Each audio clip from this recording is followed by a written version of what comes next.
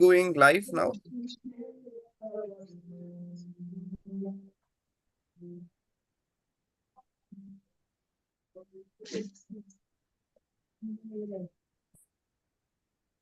Oh, thank you, Anuradha. Oh, I mean, we'll be discussing them as well today, like the picture tips.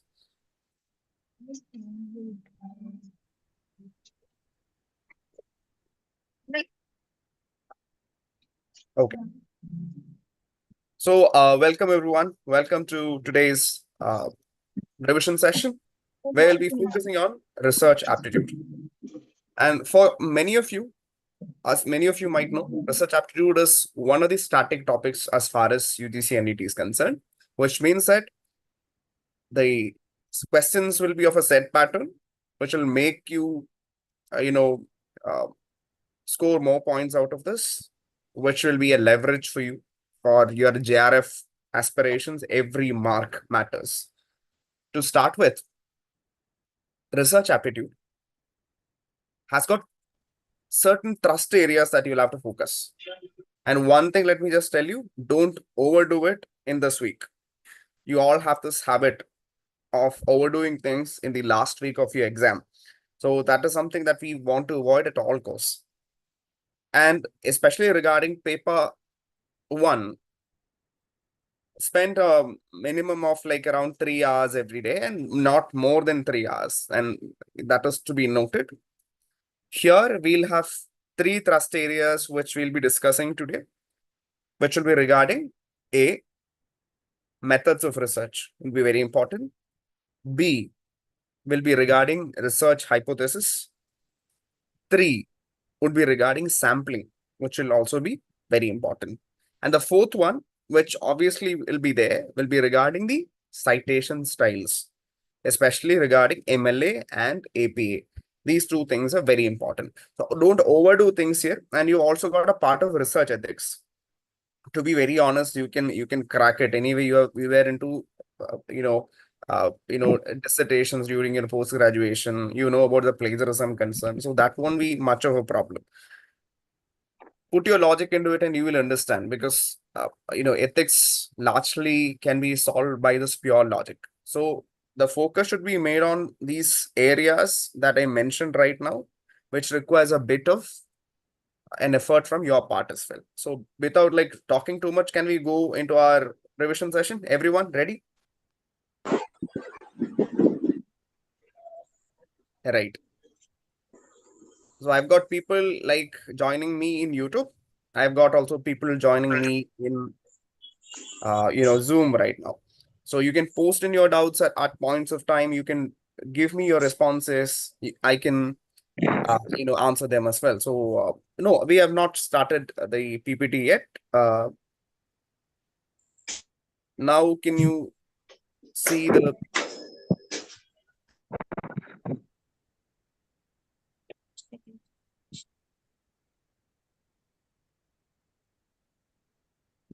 just a second? Is it visible now?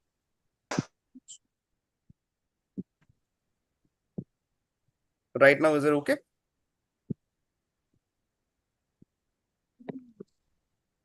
Yeah. So to start with, we'll start with research methods, and especially with a few methods that are mandatory for you to study. Study nothing other than this. To start with, we'll go with 3 types of research. First one will be basic research. Second is applied research. And the third will be exploratory research. So on your screen, we have given all these methods of research in the most simplest of the terms. And one thing you have to make sure is that don't make it too jargonized. Don't go with the technical terms. The only thing that you want to know here is to understand the concept and nothing else. Hope you got it. Now, to start with, basic research fundamentally aims at gaining more knowledge. It does not involve an application. There will be questions concerning like what a basic research is all about, or this may be in a bit, in a way a bit twisted as well. So basic research basically is aimed at gaining more knowledge without any specific application. The best example would be a scientist studying why the sky is blue. Here, you don't have any application. You have got no theory involved. This is at expanding the knowledge we already have. And the second one is regarding applied research, where, against what you saw in your basic research, you have got a research focused on solving a real world problem. For best example would be developing a new app to help people track their exercise. This can be an applied research where you are trying to focus on a real world problem, which is tracking your exercise patterns that is being done here. The third one is exploratory research, where, as the term suggests, it explores a new area where little is known. So you are investigating how people use a new social media platform here. And the best part, let me just give you this one as well. So we'll start with our questions. Every time we discuss 2 or 3 concepts, we are going to go with the questions associated with it as well. I've modeled these questions according to the previous year questions, so you can also get it. So is it visible? Yeah, the question is, basic research in learning theories is primarily concerned with solving practical problems in education, exploring the relationship between different strategies, understanding the fundamental concepts and mechanisms without immediate application, and developing training programs for teachers. I hope you all remember the concept that I studied, that I basically taught you. It's not about what? Friends from YouTube, you can also type in your questions. The answer is yes, you're all correct.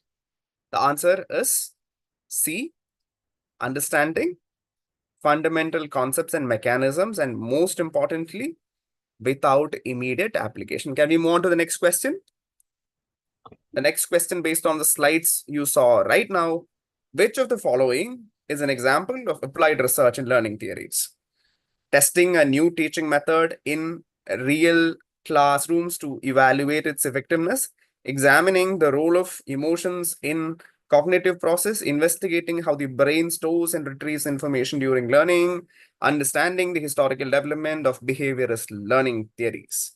So from the slides that we saw just now, can you tell me which is an example of applied research in learning theories? So you can expect this type of, application level questions. Questions needn't be direct. You can also expect questions like this. That is why I suggested you to study the theories very carefully. And the answer is, think about it. Applied research basically involves what? It involves a research focused on solving a real world problem. Just look at it and tell me.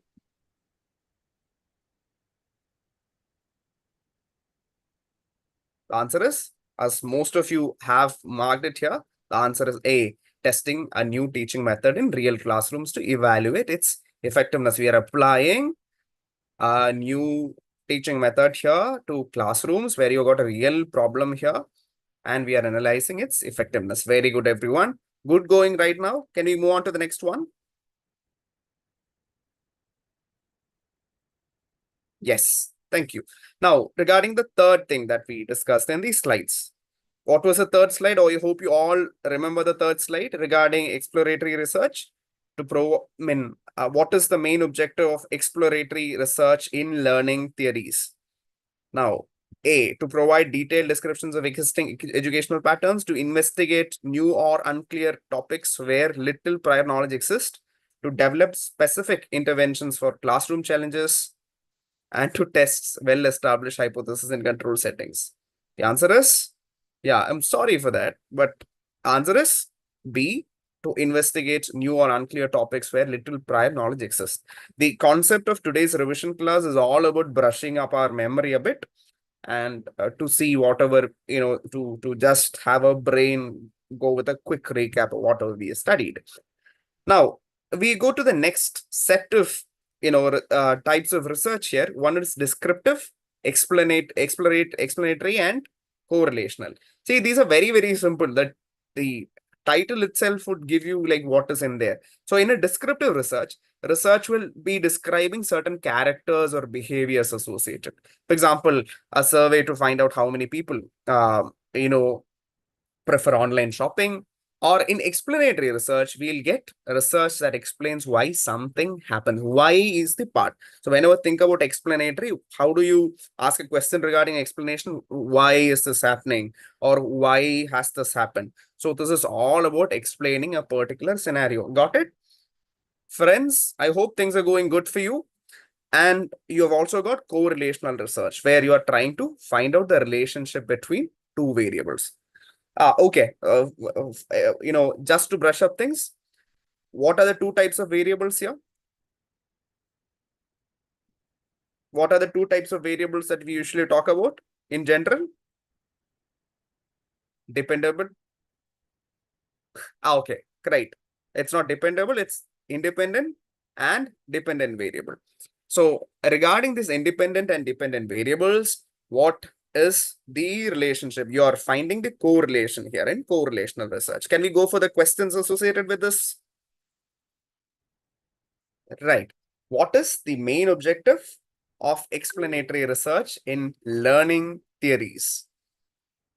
A, to provide detailed descriptions of existing educational practices, to investigate new or unclear topics, to develop specific interventions for classroom challenges, and to test well-established hypotheses.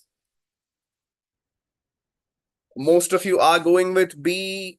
B is the answer to invest. So we have got like, sorry, most of you have gone with B. B is not the, just give me a second. B is the answer to investigate new or unclear topics where little prior knowledge exists. Can we go on to the next one? Which of the following is an example of explanatory? Think about the key question, the key question tag here.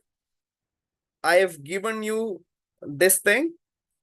When we discuss it, look for one thing. Whenever explanatory is there, what was that particular one thing that you'll have to look for? A particular word? Yes, why? Why is the key here? And what is the answer, friends? Why is the key here? It is because always when you look at explanatory research, you'll have to go with the why question. Why question is there with A, examining the relationship between student motivation and academic performances to understand why motivated students perform better. Don't worry if you're missing on the explanations, you can anyway go back and revisit this again. So I've put all of that in quick smaller picture so that you can revisit that again when you do your revisions, right? So rather than reading too much, let's make it more crisp and clear. The answer is A. Now, correlational research. And here, correlational research in learning theories would be used to A, analyze whether increased study time is associated with higher academic performances among students, investigate how a new teaching strategy improves test scores in a classroom, develop a new theory about student learning behavior, explain why certain students are more motivated. And the answer is yes. The option A is flooding my chat box, and it is right. It is analyzing whether increased study time is associated with higher academic performance among students. Very good, everyone. Very good. Brilliantly, you're all brilliantly doing.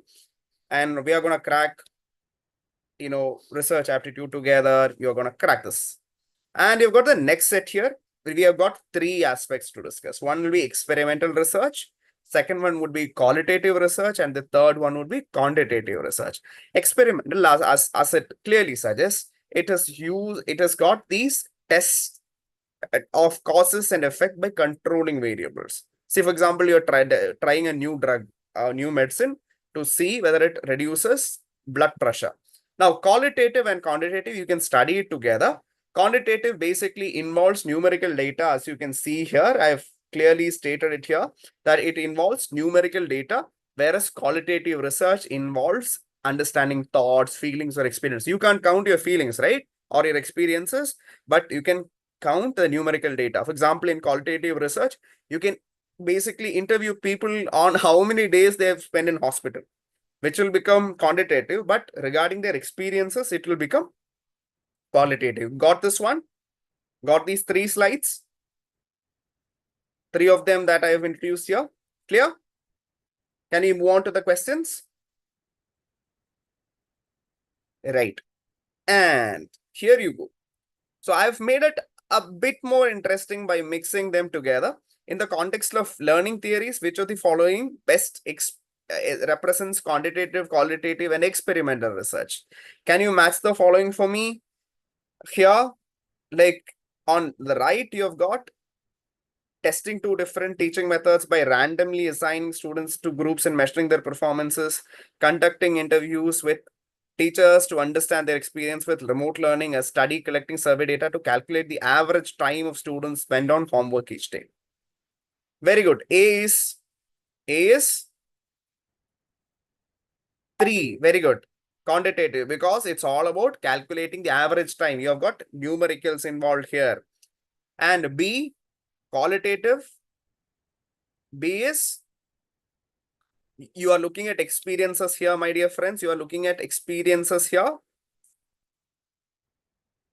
Experiences are, where is experiences over there? Can you just all have a look here?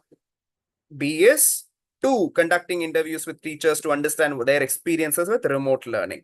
And obviously, and the third answer is obvious. Experimental research is 1. Can we move on to the next slides? Like we have got the next two more sets to go in this one. Friends in YouTube and who are joining me over the Zoom as well. Can we go on to the next one? Yes.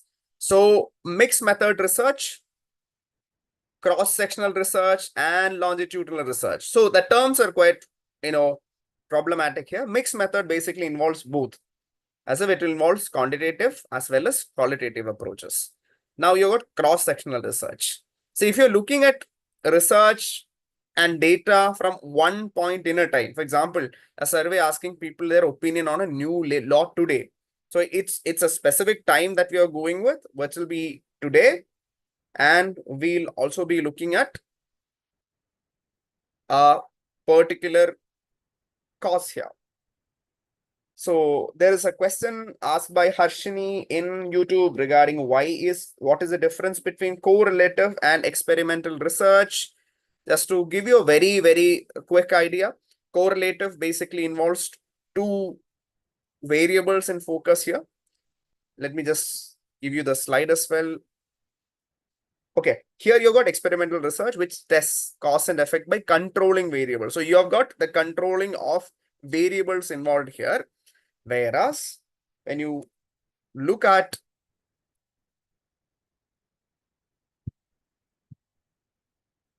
correlational research, we are just checking whether there is a link between it. You are not, trying to mess up with the variables. Is it clear, Harshini? Can we move on to the next one? Friends, we have barely 1 hour. That's why. Sorry if I'm kind of, speeding up a bit. Less time. We have got less time. We need more results. So yes, mixed method research, which will involve qualitative as well as quantitative approaches. You have got cross-sectional research, where you are looking at research from one point in a time.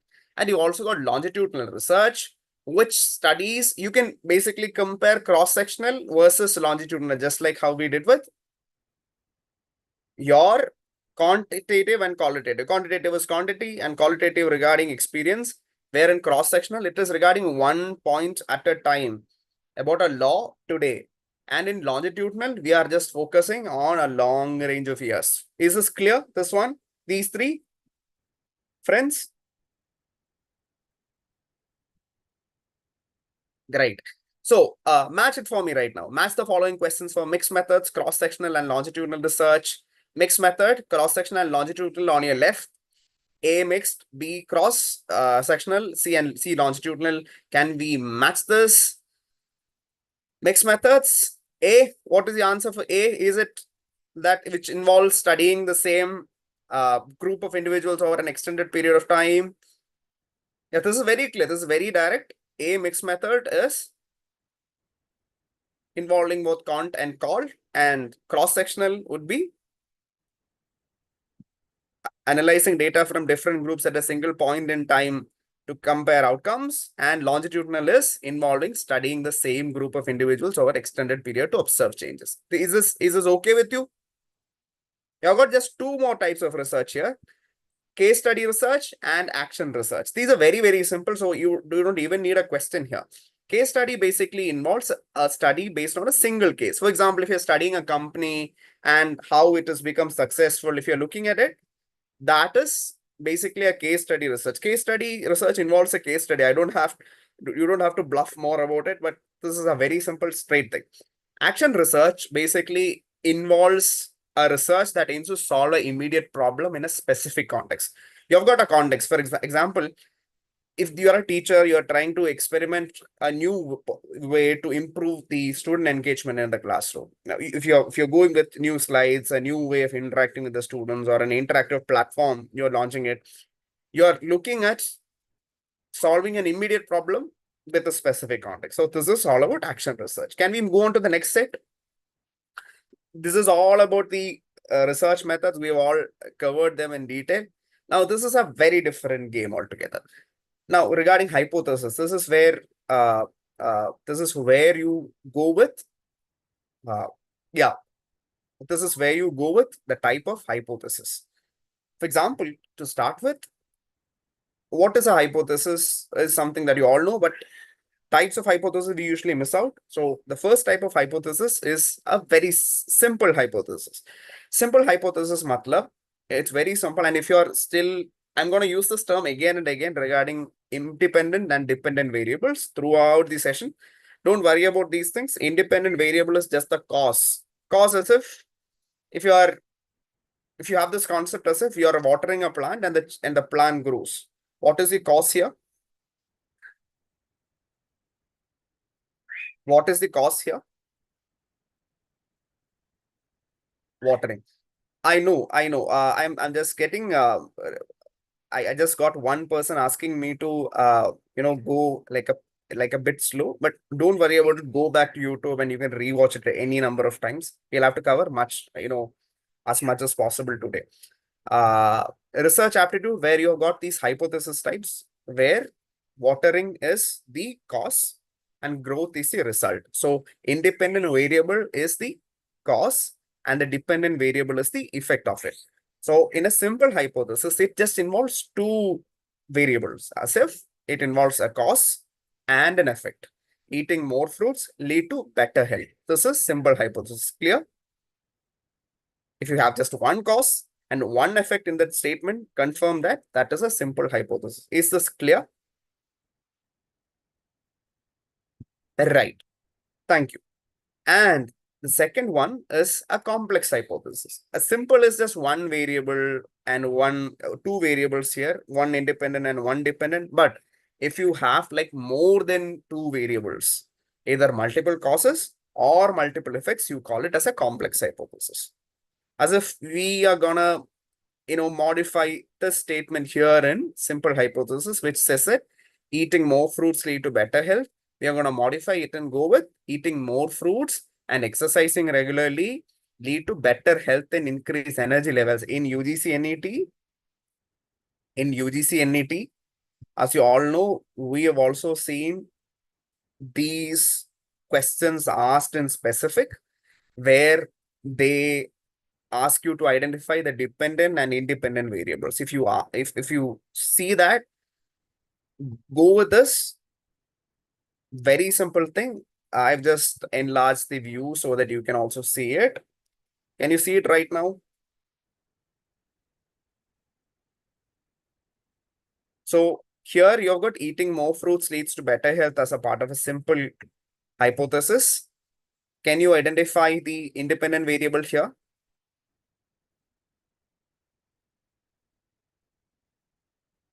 Can anybody tell me what is the independent variable? Which is the cause, which is eating fruits. Very good. And the dependent is better health. What about here in complex?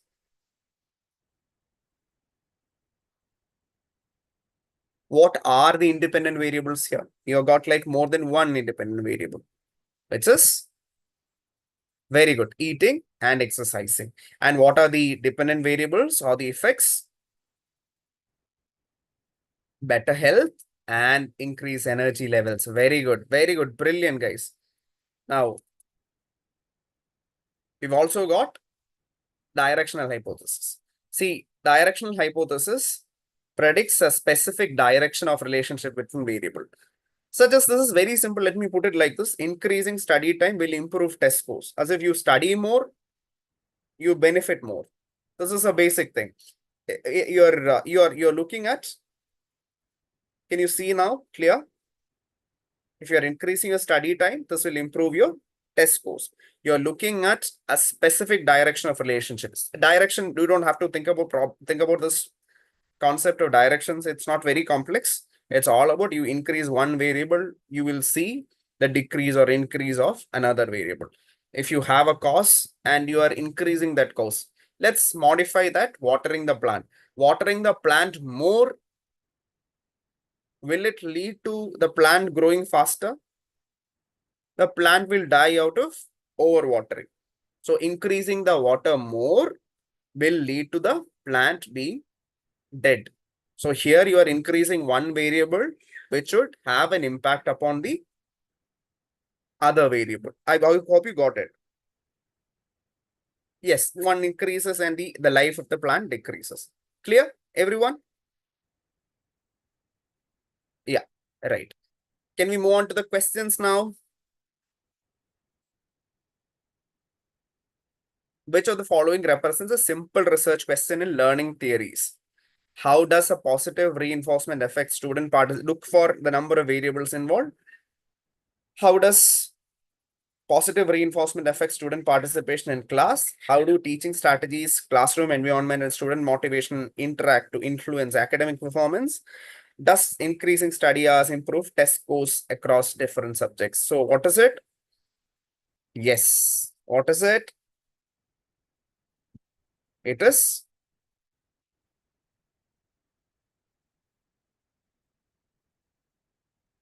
A. Very good. How does positive reinforcement? You got just two things here, two variables here. As if the first variable is positive reinforcement and the student participation in the class.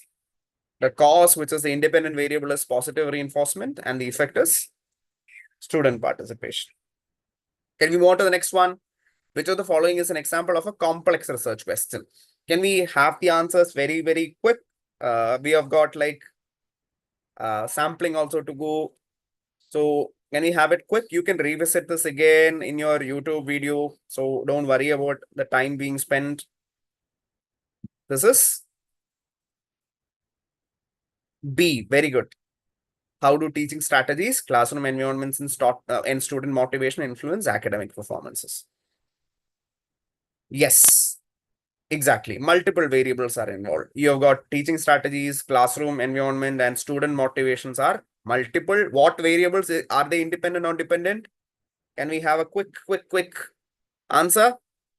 Yes, very good. These are independent variables because these are causes.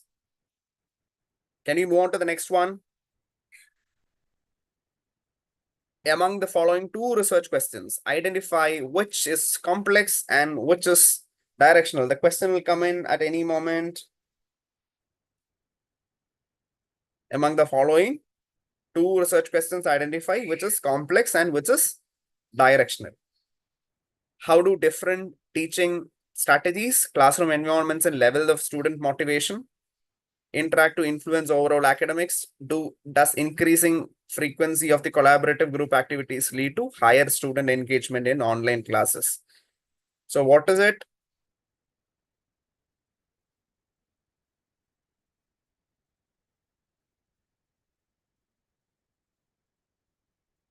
Very good. A is complex and B is directional. Wonderful, wonderful. You from all YouTube and Zoom. You're all answering it very well. Brilliantly going. And we've got three more things to do. Let me just introduce them to you like one by one in a very, very easy manner.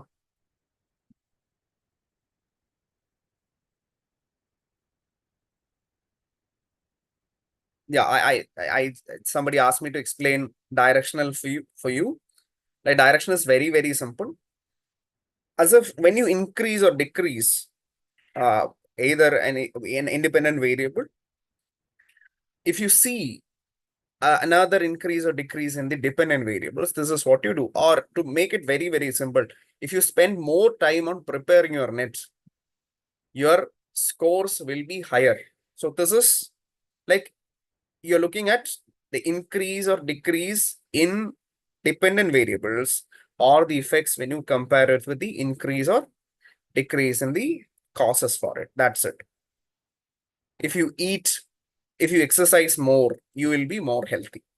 So you've got a change in the number of independent variable or the dependent variable, and you have got a relation between them. Right, Ridambara? Yeah. Thank you so much.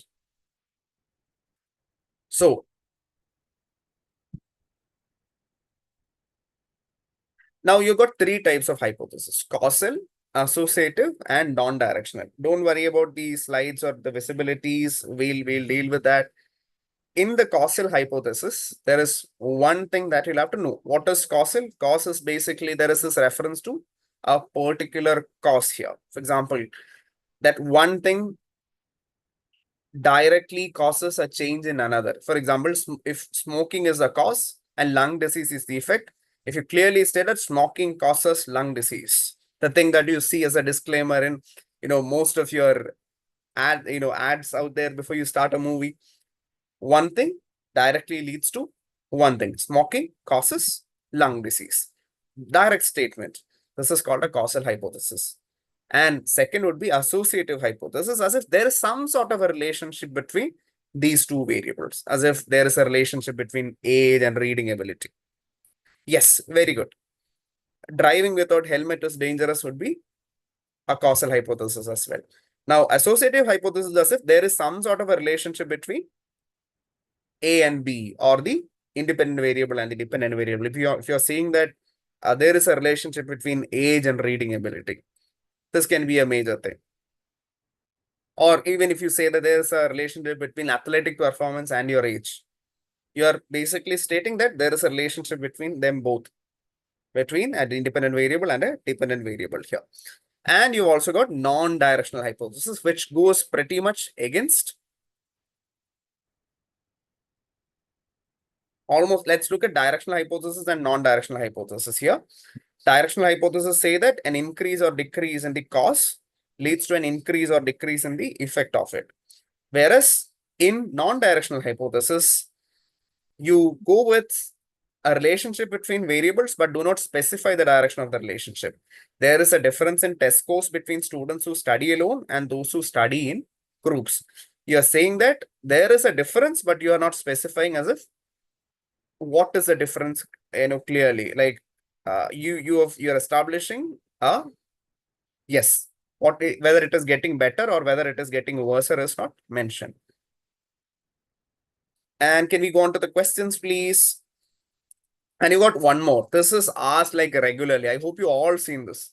Null hypothesis asked again and again and again. At least from what I've seen in the last 20 years while I was analyzing question papers for this revision session, what I've found is that null hypothesis was at least asked.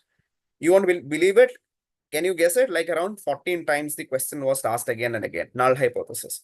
Null hypothesis is a hypothesis that states that there is no relationship or effect between the variables. It is like saying nothing will happen. To understand null hypothesis better, this is the only statement that you'll have to know. Nothing will happen. Example, there is no difference between, no difference in health between people who eat fruits and those who don't. As if there is no relationship whatsoever between whether you whether you are exercising regularly and sun rising in the east. Yeah, this is one aspect. Errors we can discuss later on, like because we'll have to finish the questions first and move on. Now, among the following two research questions, identify which is causal and which is associative. We'll go with type 1 error and type 2 error. I'll just explain it to you. Like, don't worry about it. Uh, two research questions, identify which is causal and which is associative. How does the use of interactive learning tools in classroom directly impact critical thinking skills? Is there a relationship between students' study habits and their academic performance in science subjects? Which is causal and which is associative? Very, very simple thing. Among the following two research questions, identify which is causal and which is associative. A is causal and B is associative. Very good. Everyone, can we move on to the next one?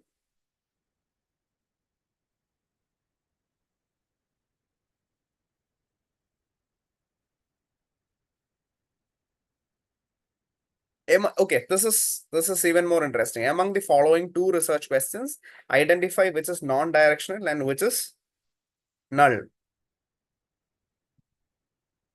Can you see your screens right now, everyone? Yeah, we don't worry about it. We'll try to share this across. Among the following two research questions, identify which is non-directional and which is null. Is there a difference in student engagement between those who participate in group discussions and those who engage in individual tasks?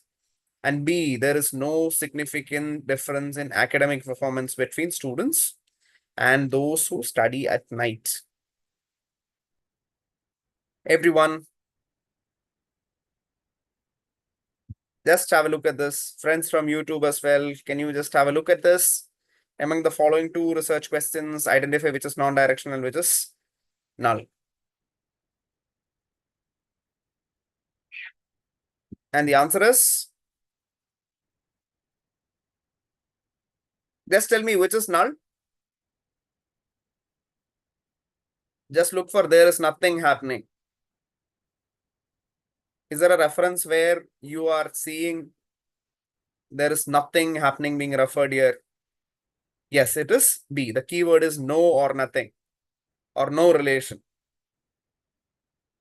Yes, no A is there in B. There is no significant difference in academic performance between students who study in the morning and those who study at night. So you're not seeing any relation here. No relationship is observed. So B is null. And the first one is there a difference in student engagement between those who participate in a group discussion and those who engage in individual tasks? You are seeing non-directional. We are not saying that people who do group discussions more, see a more increased student engagement, or those who engage in individual tasks seeing a more increased student engagement. So that is A is non-directional and B is null. Sampling. We have got barely 20 minutes to go. Can I explain to you sampling in a very simple way?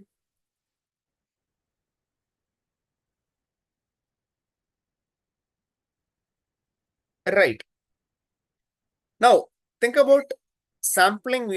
I've converted all of these to smaller bits for you to understand. I hope friends from YouTube who are watching me right now, can you see the screen regarding sampling?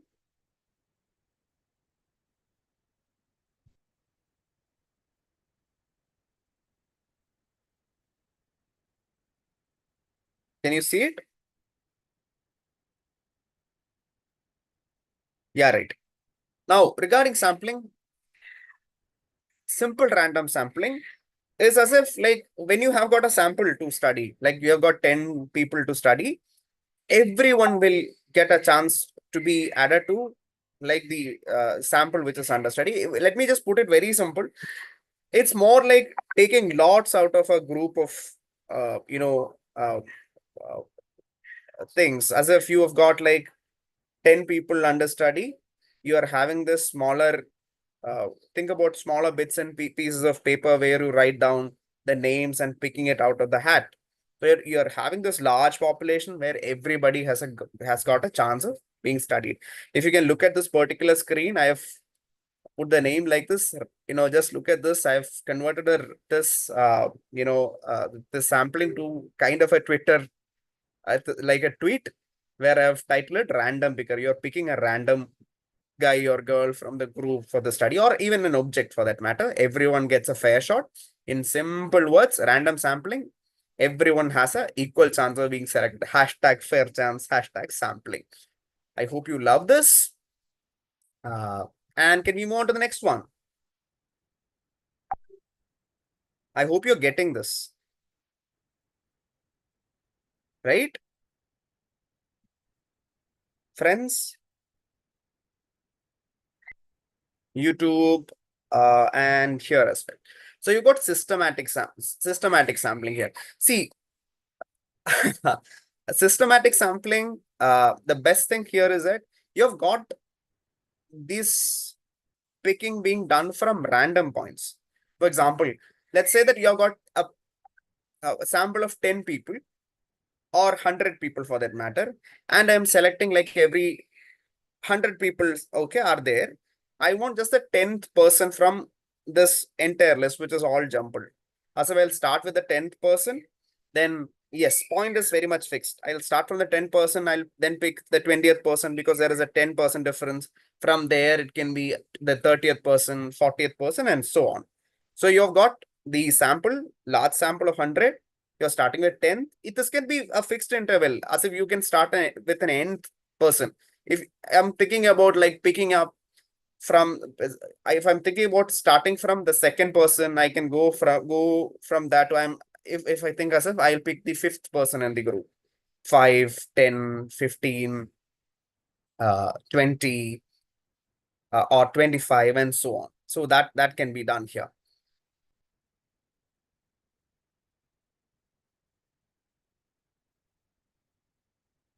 And again, regarding cluster sampling.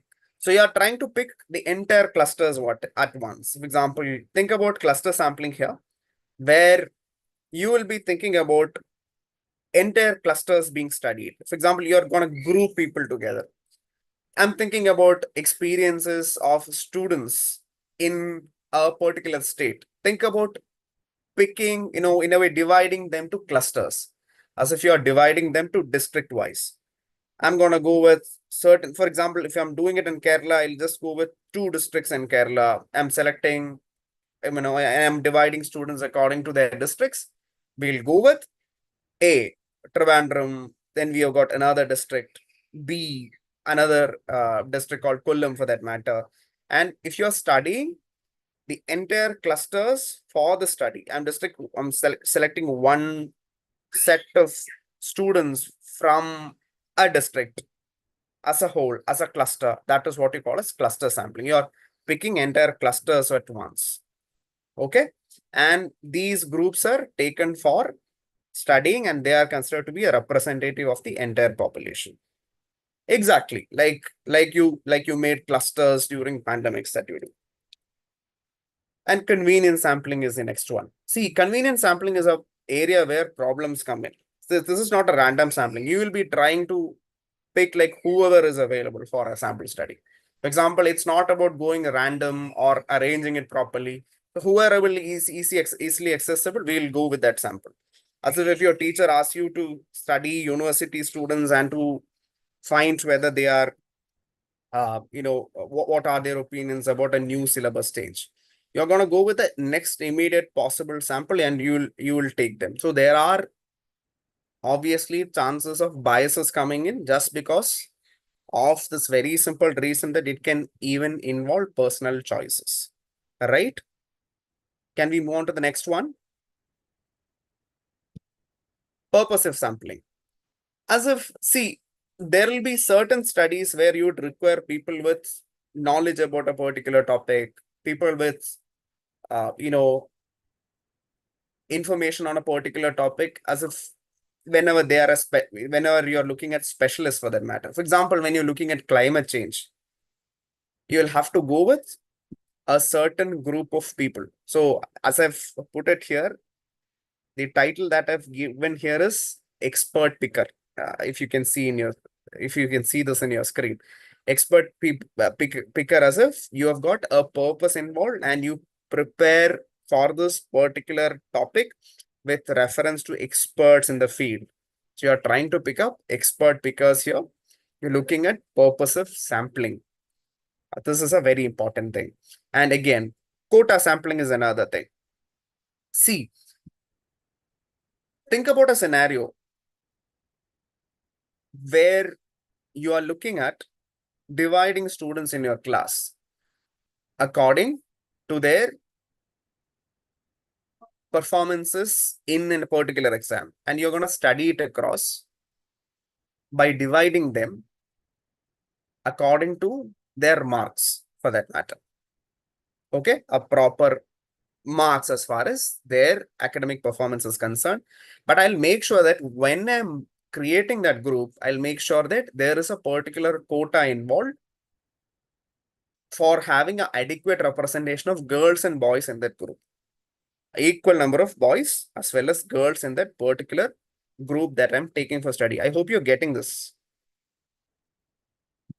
Like equal number of boys and girls in that group. I'll have to properly maintain it. So meeting the quota, I hope you have seen this DPS well, where you can see equal number of an image that represents equal representation in the society. So you usually go by this. This is called quota sampling, hashtag equal sampling and sampling. That is what I have given us the hashtags here. So we'll just we have gone with at least 40 to 48 slides today. I know that it is too much for you, and I've also saw one particular suggestion regarding me being quite rushing through things, for that matter. The very simple thing is this very reason that for a regular class in Valets, we usually take like 4 to 5 hours to basically cover even one subject, one area that we studied today. But this is the exam, guys, and time is of essence. You will have to cover as much as possible. You'll have to quickly revise through things. Don't spend too much time on a topic when you basically study things. Brush up things. Revision is all about brushing up your information that you have there in your head. So at least finish your studies 2 to 3 days prior to your exam so that your brain space would be free. Don't go with elaborate explanations throughout this week. Just quickly revise it. Your intuitions would really matter when you're there in the exam hall.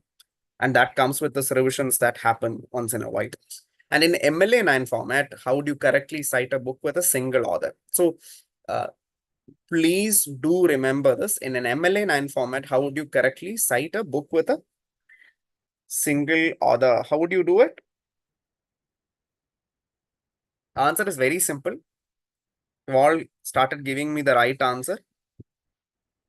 It is, and I know that where are you are losing it at a particular point. You're saying it C just because of another important thing here. Look at the italicization. You'll have to look at unwanted commas involved. You'll have to look at every detail. And trust me when I say this, whenever you see it on the screen, be focused on what is italicized and what is not. And the answer here is, it's very, very simple. It is A, as you all studied. Like, don't jump to conclusions whenever you see the question. That can seriously affect you. So just look at it. You may know that answer. The only problem that you do is that out of the tension of the moment, the sheer heat of that particular moment, you would just go with the immediate answer. For the formatting, be focused there. Look at it twice or thrice. These are smaller questions that you can focus on. So here you've got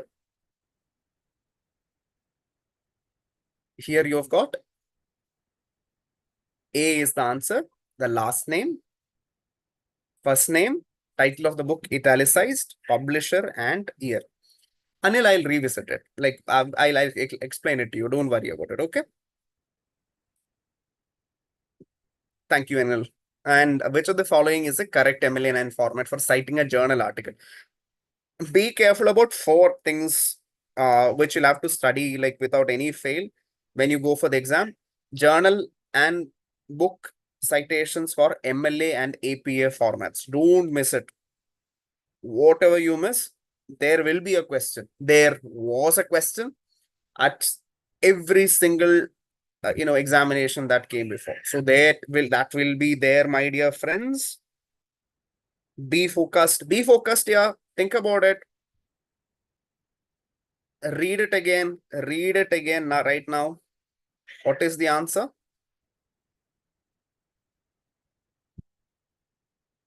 Look at it again, my friends.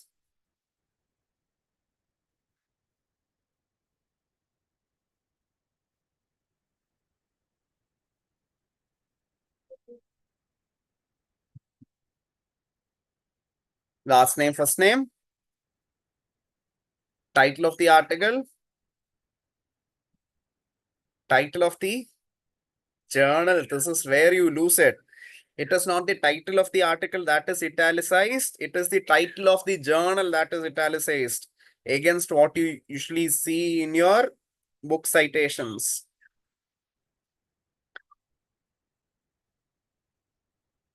Volume, number, year, pages, and DOI. It's very, very important. You're not going with the URL here. You're going with the digital object identifier here. It is B. And you're going to go with the last two things here. Yeah, snowball sampling, Mubin, is very, very simple. Mubin has asked me a question regarding snowball sampling. Like as if, Mubin, I'm thinking about taking a sample. Like for everyone, this is a very important thing. Thanks, Mubin, for asking that question. Mubin, think about a sample being taken. Like I'll go to Mubin and I'll ask as if, Mubin, man, I want certain information from you. I'm going to ask you to give me information on it. Then Mubin is gonna redirect me to another person who Mubin knows, sharing the same characteristic feature of Mubin's life, or whether it's your profession that I'm doing research on. Let's say that Mubin is a doctor and I'm doing research on certain doctors who pass their degree in a particular year. So Mubin would be kind of finding his friends for me, and he'd be redirecting me to that particular person. It is as if how snowballs develop. Yes, it is like referencing and recommending another person, and the sample grows. Just like how a snowball grows once it starts rolling. Is this clear, Mubin and everyone else? What snowball sampling is all about? Friends, everyone? Thank you. And in APA 7 format, which of the following is the correct way to cite a book by a single author? Can anybody tell me this one?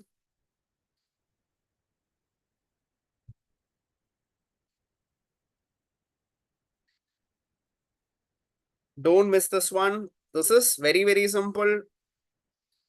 Those who've answered D, have a look at again. Like look at it again. I know why you've got this wrong. Just have a look at this again. It's all about one parameter that you lost. It is A. Very good. Last name, first initial, year, title of the book, and publisher. Which of the following is the correct APA 7 format for citing a journal article? Accessed online again.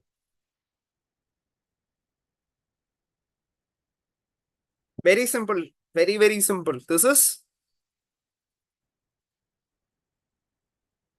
yes, you're all right when you're basically giving me the answers here. It is A. Very good, everyone. Very, very good. All doing it pretty good. Now, getting back to one of the few doubts that you have asked, which is very, very relevant regarding what is the difference between, and even while taking our classes in, Wallace, this was a question that was asked regarding what is the difference between stratified and clustered sampling. See, this is a very common doubt that happens for many. Anil has asked this particular doubt. See, stratified sampling, you basically divide population into distinct subgroups or strata. For example, you're dividing it into age, according to age or income, etc. After dividing this population from each, of these smaller subgroups, you select a sample from each group. This is what happens in stratified sampling. In clustered sampling, you don't pick a particular person from that particular group. You're taking that group as a whole. Anil, I hope it's clear.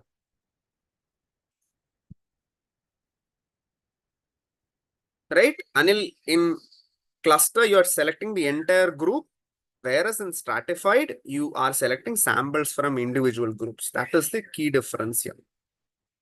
Is this clear, dear? Yes. Okay. I'll just quickly take you through major, sampling methods here. Let's have like a quick look into like what sample techniques are here as you all asked. Like, let me take you through it like a in a very quick way.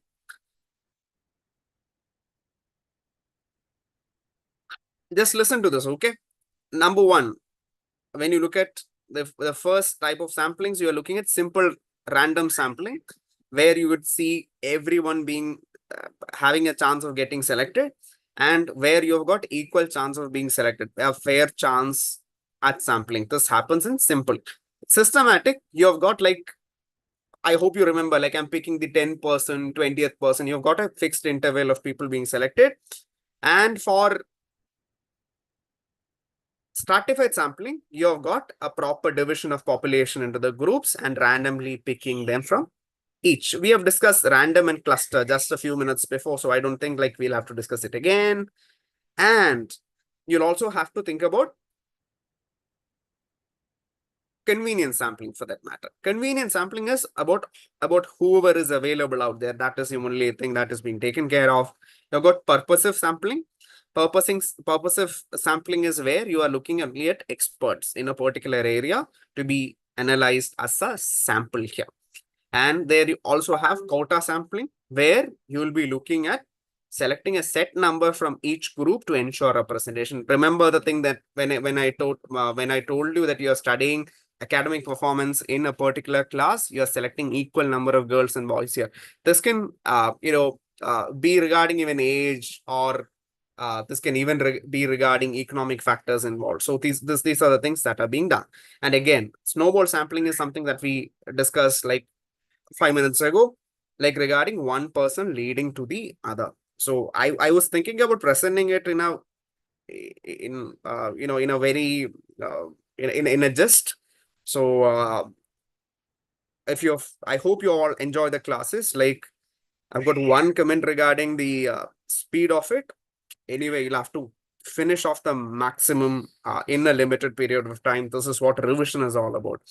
And full-fledged classes are very different thing altogether. So I was trying to make it as crisp and clear as possible. I hope you all benefited something out of it. If you're interested in looking at it, again, I'd request you to have a look at it again. And thank you so much, everyone, for being in this session. So I hope we can call it a day. And before calling it a day, I have one more question. No, I won't be taking a class tomorrow. So I've got like one more question here to attend. Like regarding from Krishna Agarwal asking, so what is the difference between a quota and stratified sampling? See, in a stratified sampling, you're not making sure that in the group that you've selected, you are not properly having representation of all groups here. You're not considering that representation factor in Krishna. Whereas in quota, you're making sure that every you've got a proper representation or a proper quota reserved for different categories involved. So that is a thing that comes in. Krishna, I hope that is clear for you. Krishna, if you're there. And thank you, everyone. And I hope you all write this very well. Don't get tensed when you go for your exams. Be calm, be composed. And regarding research aptitude and teaching aptitude that Jovan has covered yesterday, be sure that it will be a limited area that will be there for the exams. So don't worry about it. Just take care of your health for the next 1 week. stay healthy, study more, and finish your business, everything within. There will be a class on data interpretation. We'll have a session. Don't worry about it. There will be classes coming in all these 7 days. You can all meet us, the faculties from Wallets, every night this time here online in YouTube, as well as friends who are there at Zoom.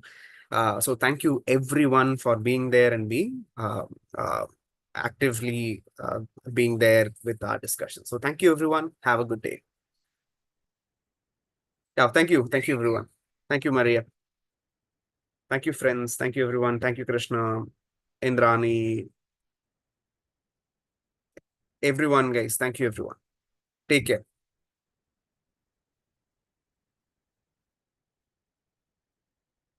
Yeah.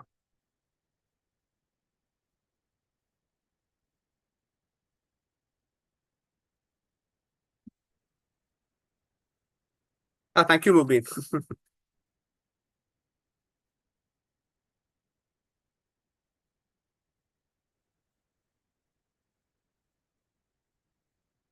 So you will be having let me just brief out your sessions for you before you leave. Like you will be having for tomorrow, you will be having a session on ICT tomorrow, Friday. Saturday, you will be having maths. Sunday, you'll be having higher education. Monday, I'll be coming back again with logical reasoning. And Tuesday, we'll end with uh, uh, Jubin with data interpretation. So we'll have a session. So uh, don't worry about it. We'll cover everything. So thank you, everyone. Thank you, everyone. Bye-bye.